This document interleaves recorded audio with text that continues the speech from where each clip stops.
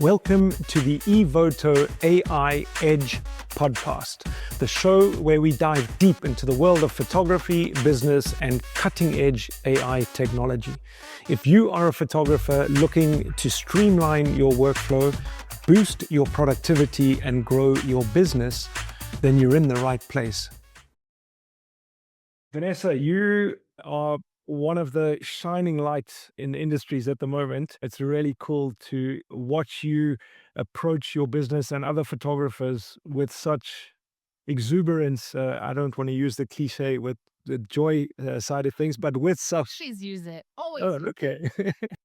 Thank you so much for giving us your time. I know that at this time of the year, it is super busy. It is really cool that we can get some insights from people who have been really successful in the industry and continue to be successful. So thank you. Yeah, my pleasure. You've been in the industry for more than 20 years. I know you are still relatively young, but being in the industry for 20 years, you must be doing something right. You've built such an amazing brand, and not only as a photographer, but mentoring other photographers as well. Please, can you share with us just a bit of your journey and how you moved from, I believe you were a teacher, I to was.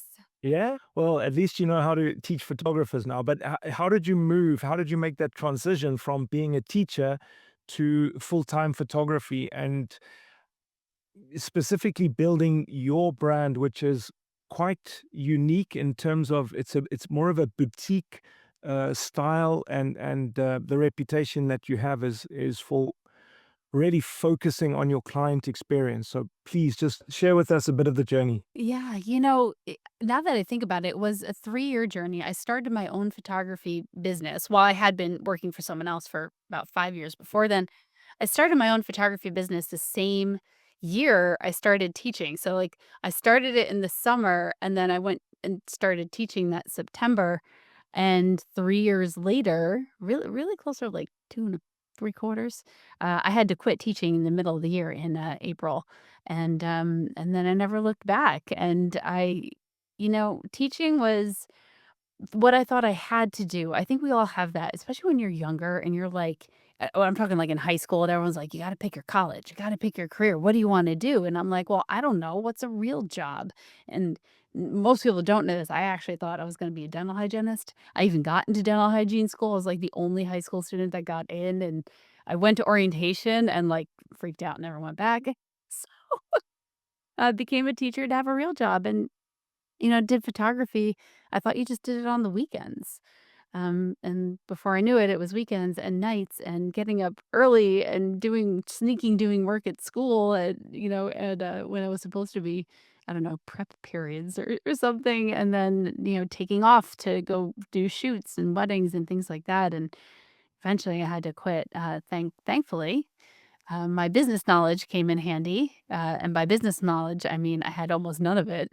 I worked for a lawn doctor. It's so in the US, they're the Green Thumb brand. They're the ones that, come and, like, do all the weed control on your lawn, and they're a huge franchise company. Like, at the time, I think they had 400 something franchises, and I worked for their marketing department as an intern by complete fluke, but I ended up actually loving it. I loved business, so I applied all that to my own business, and I guess it worked.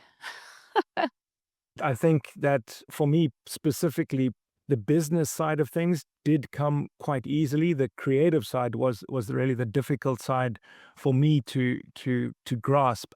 And yeah, I think that your story is a great indicator that the business side of things is definitely foundational to running a business, especially for creative people. Yeah, 100%. But we never learn it. Like, we just pick up a camera because we love photography, and then, sometimes we get paid to shoot, and then all of a sudden, it's like, "Wait a minute, I have this business.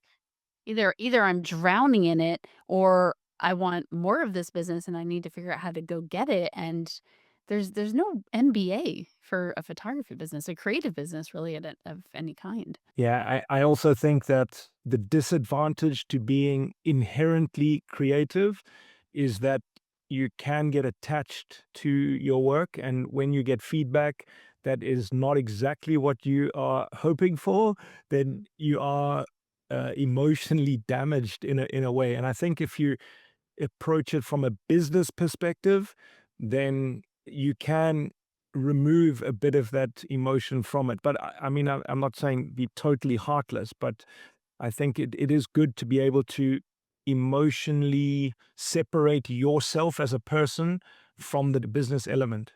It's definitely 2 different characters you Yeah. play. Well, talking about the emotional side of things and the creativity, I mean, your work is it's known for emotional storytelling. I would say also with an edge of editorial. So, the soft editorial, which is really, really popular at the moment. Did you decide specifically to focus on the client experience? And was there a point when you decided to focus on selling an experience rather than a product? There was, and I think this is pretty indicative of most photographers, right? Like, we start learning photography, maybe we get paid for it, and then we love it because we love the photos usually. And then we really get, invested in the craft and learning more about, I don't know, lighting, posing, flash, whatever it is. And then at some point, there is a pivot moment. It's usually when you're trying to raise your prices or when you're trying to book more, or maybe you've had an unhappy client. I certainly have learned plenty from having unhappy clients, how we can better operate. And then when you make that shift in your head from I'm a photographer to I'm a business that serves a specific audience, that's when you have to start looking at client experience. And hopefully it happens sooner or later because when you start analyzing your client experience and you find ways to make it better, that's when your value goes up past what everyone else is charging. And that's when you can create something and set expectations for something that's better than what the rest of your competition is offering. But you don't know what that is really until you start focusing on the client experience versus just your photography. From what you've just said there, I'm going to expand on that in a second. I think a lot of well, let's talk about it now. A lot of photographers hear the concept of focusing on your client experience. Mhm. But what does that actually mean in practical terms? Because you can tell me you need to focus on your client experience, and I go, okay, that's fantastic. But Yep. what do I actually do differently to what I did before? Here's the thing that most photographers skip. You have to actually know your client to create an experience that they're going to like. You can't create a client experience that you're going to like because you are not your client. So, if you're going to create an experience that's unique and special to the people that you're hoping book you, you have to learn who those people are. And we lightly touch on this in the photography industry. We talk about, oh, your ideal client, where do they shop? What kind of brands do they like and how can you be attractive in that way? But it goes so much deeper than that. So, one of the things I host a mastermind and one of the first things that I have people to do is develop a client avatar. Now, a client avatar is sort of like your ideal client, but it goes even deeper because it's not just what they look like, how they dress, where they shop, what brands they like. It's what are their primary desires? What are their secondary desires? What are their primary pain points and secondary pain points? What are their limiting beliefs? What things have they already tried and failed, right? It really dives deeper into their psyche and what they need, want, and fear. And when you know what someone need, wants, and fears, you can create a client experience that meets all those needs and quells all those fears. But you can't do that without actually analyzing your client avatar and creating it. And there are ways to do that. Everything from client surveys to, just understanding who it is you like to work with.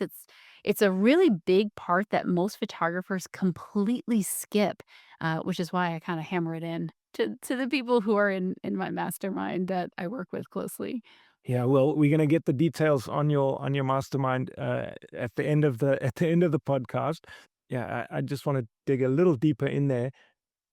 What if I'm starting out from scratch and I have no clue who my client avatar is? Do I have to do I have to go through a year of trial and error before I find out, or can I target a specific sector of the market right off the bat? Well, you can start with that ideal client concept, right? What kind of personality do I want, right? Do I want someone that's really refined and really detail oriented, or do I want a client that's more fun loving and more quirky and more in the moment versus an over planner, right? So you can kind of start with that little bit like, okay, so I want someone that's more happy, quirky, right? Wonderful. So, what kind of photos do those people like? I'm going to make sure I show those types of photos that are going to attract that type of person. I'm also going to probably pick fonts and colors that are going to match that energy level. So you can start developing your client avatar before you even have a client based on who you actually want to photograph. In your experience, have you found that certain personality traits of potential avatars have more disposable income than other people? No, because if you go to, like, you ever see those Enneagram, everybody has a personality and a number. I will say there is a tendency towards, people who have, more wealth to be more like go-getter types, basically, and to be people that are detail-oriented because that's how they think. But, my personal client avatar, if I were to summarize it, are the happy rich people. So they're the ones that are, wealthy and can have big, luxurious weddings, or even my corporate clients. They're the ones that have big companies, but they're still down to earth. They absolutely do exist. I mean, personality types all across the board. But you will find it's a catch-22 because I have found that in a lot of ways, my jobs have become easier the more I charge for them because they trust me more, but they are more demanding as far as what the expectations need to be in the client experience as well as the photography. So, it's like a yin and a yang, really, in both sides. It is almost the holy grail of perfect client avatar in terms of your target market demographic.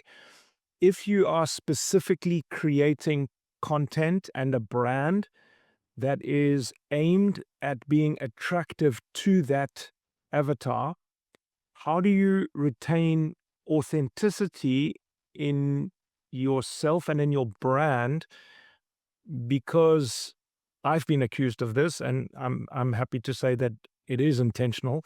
But I create a brand that is attractive to a certain target market demographic, and it's not necessarily attractive to me. But how do you retain that authenticity? Because you speak quite a lot about authenticity, and how do you remain authentic whilst you're growing and evolving your brand? Yeah, I mean, I don't want to talk about uh, sort of trends that are coming and going, but how do you remain authentic in your marketing with regards to trying to target a specific market? Well, I will say while you're trying to be attractive to a certain demographic, certain client avatar, you want to make sure that client avatar is somebody that you actually want to deal with. One, you're not pretending to be the same person, right?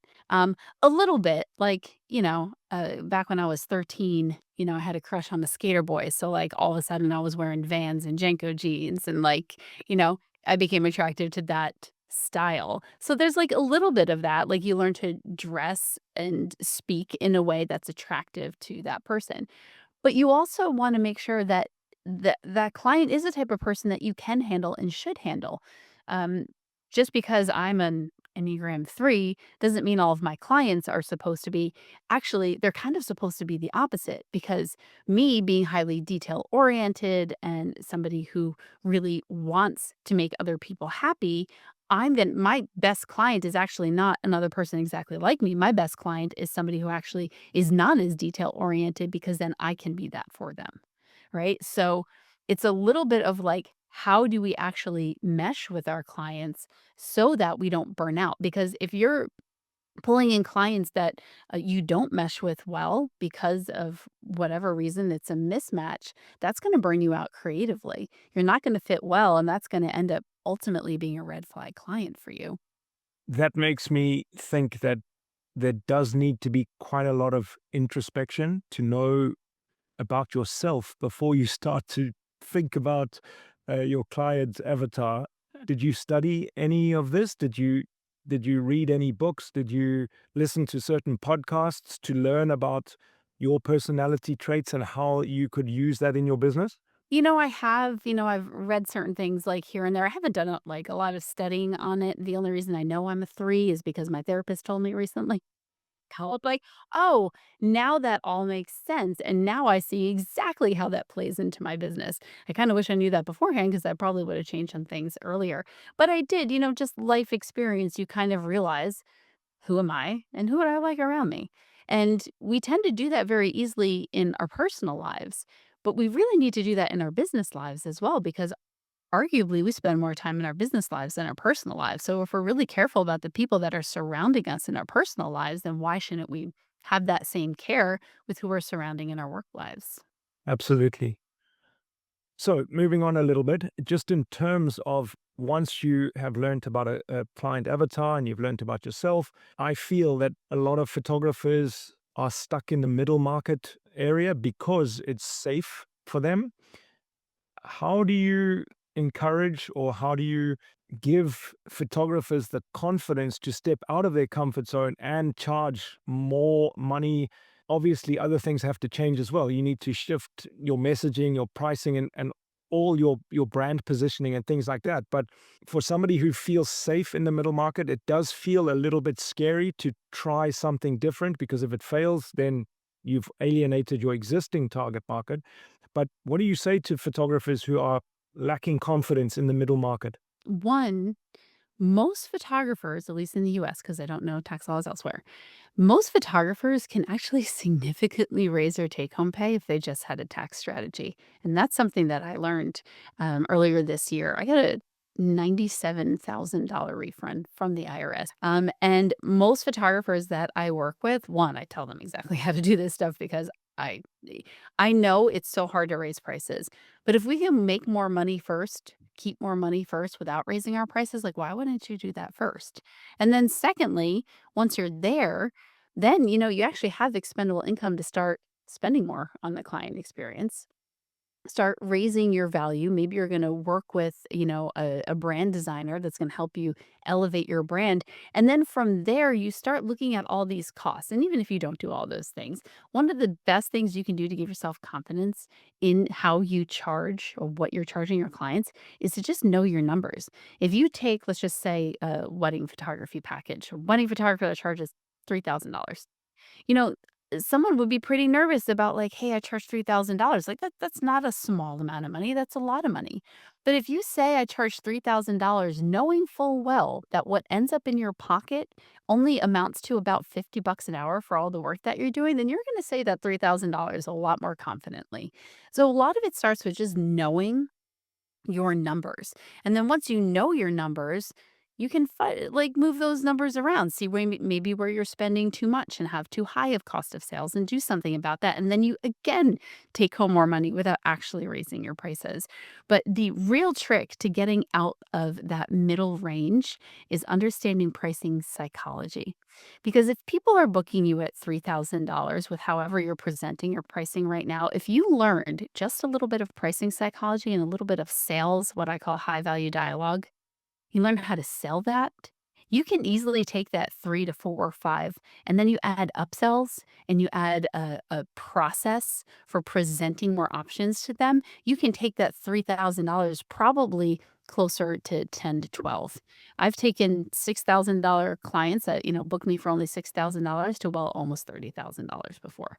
So there are ways to do that, but the art of selling is probably right next to running a business. The art of selling is the second thing that us photographers really never learn how to do.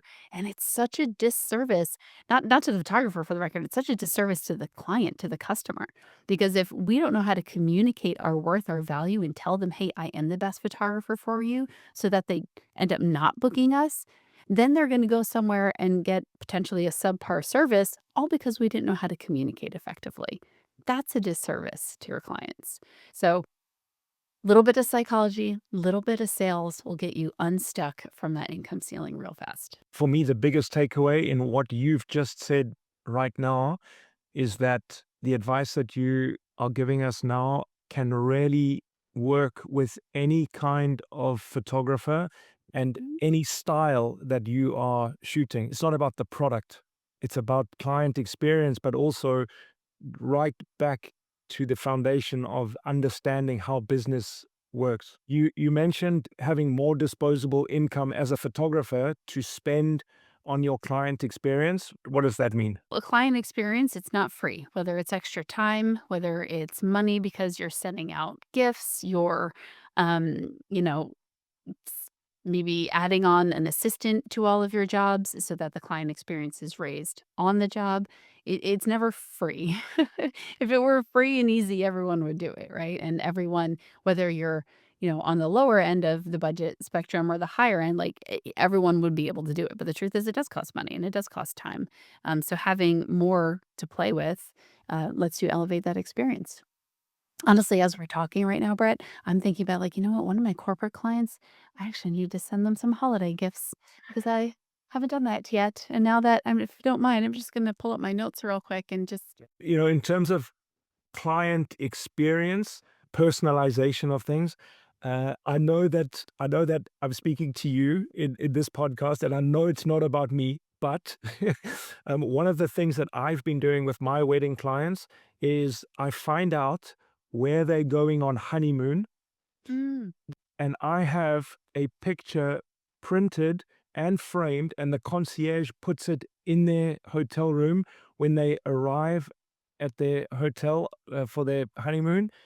what? Blows their mind. All you have to do, I mean, it's so simple. You just find out, oh, just in conversation, where are you going on honeymoon? Oh yes, I've been there. Which hotel are you staying at? You find out which hotel they stay at. You phone the concierge. You send them the digital file, and you ask them to go and get it printed at a local lab and buy a frame, and you give them your credit card details, and mind blowing in their hotel room when they arrive on honeymoon, That's and amazing. it doesn't cost that much money. It does. It's not, but the impact is just huge. Yeah, Yeah. absolutely. Oh, love it. That's such a good idea. And again, that's something that's going to cost you both time and money. So talking about time and money, Evoto AI retouching. I mean, for me, it's been an absolute game changer in terms of turnaround time, uh, the cost of doing retouching. I used to outsource all my retouching at, starting at $5, going all the way up to like $30, $40 per image. And now we can literally do an entire wedding for $25 if depending on how many images you're processing. Tell me about the first time you experienced Evoto and how it changed things for you. I'm trying to remember the first time I actually did it. I was definitely, like, at my own computer, I wasn't at a trade show or anything like that. I was sitting down and editing. Yeah, and I just remember being like, "Wait, what? You just did." And that was when I clicked on one photo, but then when I realized I could sync all the photos, it was like, "Oh my god." Like, incredible. And I have to say, just like any photoshopping, like, it's really easy to go overboard, but the fact that you can so subtly edit and retouch, I mean, it's just mind-boggling. Mind-boggling. That whole subtly, I think it is very similar to when we first learned Photoshop. It's like restraint is probably the most important element that you're gonna have to deal with. But just in terms of the moment you implemented it into your workflow and actually used it on a paying client, what convinced you to make that full integration into your process? Oh, there wasn't any convincing. It was a no-brainer. It was like a you're dumb if you don't integrate it. And the way I integrated it, in general, so all my clients, we'll talk about like wedding portrait people, like if they, got an album, which all of my wedding portrait people do, any photo that they put into their album gets complimentary retouching. Well, that used to take a lot longer. Now talk about elevated client experience, I would say, gets complimentary retouching upon request, meaning if you don't ask me, I'm not retouching anything. Now, when I talk to them about it, I flat out ask, like, hey, what kind of retouching do you want on these photos?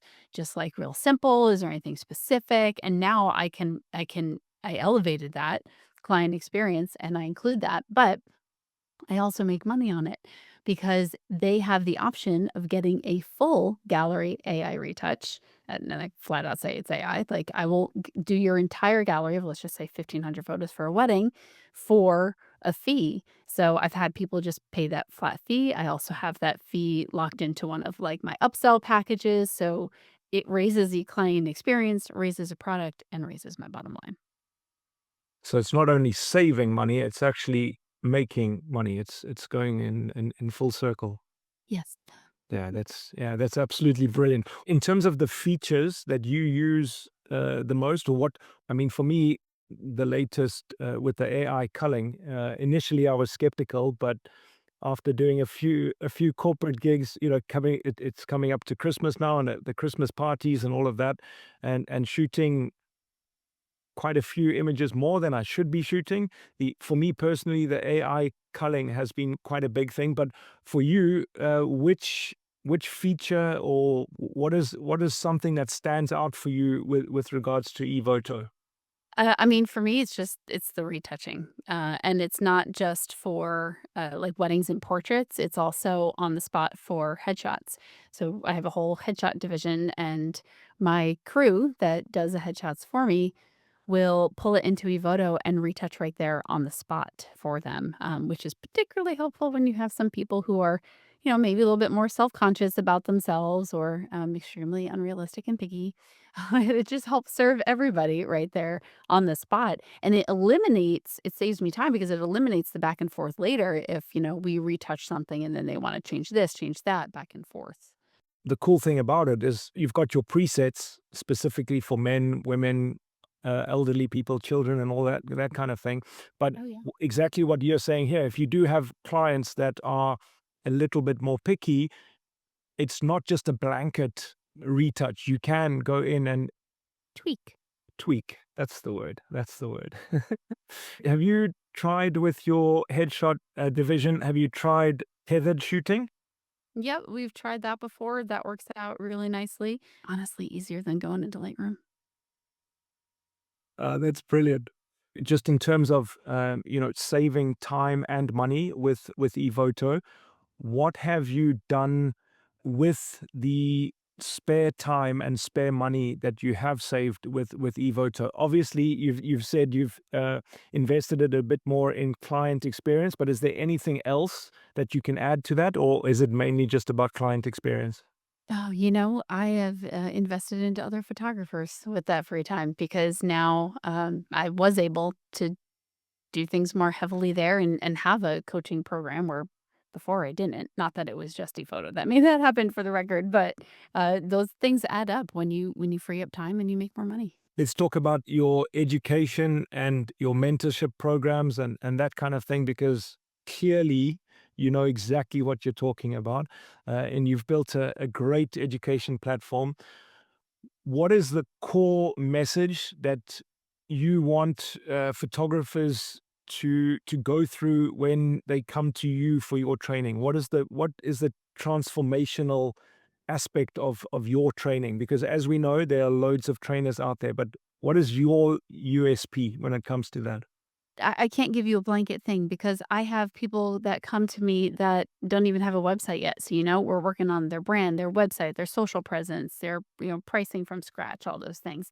Then I have clients that come and they've been in business for 5 years and, they're ready to kind of level up from just being a shoot and deliver type of photographer. Or, we need to tweak a few little knobs in their process to just help get them through that middle ground income ceiling. And then I have people that have businesses that are, about to hit $1 million, and I coach them very differently from how I coach the others. So that's what's unique about mine is it's not you're coming to me to I don't know, run your ads in 90 days or your double your prices in 30 days. Like, that's not what we're doing. No, we're actually working on your business the way business should be worked on, holistically moving you from the level you are right now to the next level you want to get to.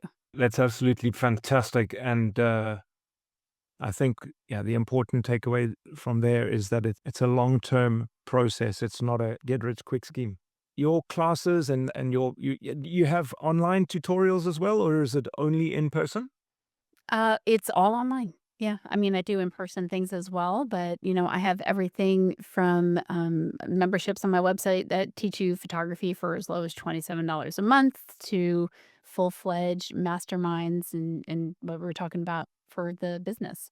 Where can we find that? Well, if you're interested in the mastermind, the best thing to do is to go on Instagram and follow me. My Instagram is VANESSAJOY, Vanessa Joy, and just send me a DM. You have to follow me first, otherwise I end up in DM hell. So you just send me a DM that says "photo to profit," "photo to profit," or "photo mastermind," whichever is easier for you to type. It'll both give you more information on that, um, and and then I'll also give you a link to on my bio rather. It will give you a link just to my for photographers website where you can see everything else. And do you enjoy teaching photographers? I do, because that's the thing. I didn't enjoy teaching 3rd through 5th grade kids Spanish, but I enjoy teaching adults photography concepts, mostly business. What do you think is the difference in terms of personal reward? Oh, well, I'm teaching people that actually wanna learn, so it's just way easier, but then I get to see people grow, and I like when people, come up to me and they're like, "Oh, I know how to pose," or, "I know how to use Flash, thanks, because of you," but it's a very different rewarding experience when someone says, "Oh, you taught me how to run a business, and now my family's financial legacy has been changed." Yeah, That's pretty rewarding. that's goosebump stuff. That's really, really cool. So, everybody knows what you do in your professional life, but tell us what you do when you are not holding a camera and you have some time off with your family. We live in Austin, Texas area, so we try to spend time outside, really, and, doing fun things with the kids, planning some fishing this weekend. Wonderful. Thank you so, so much, Vanessa. It's really been a treat chatting to you this afternoon for me and this morning for you. Just keep doing what you're doing because you are making a big difference in so many photographers' lives. It is incredibly rewarding to see and to experience photographers sharing their knowledge in such a positive way. Really, really cool to see that from you. Yeah, thanks so much. I You're welcome.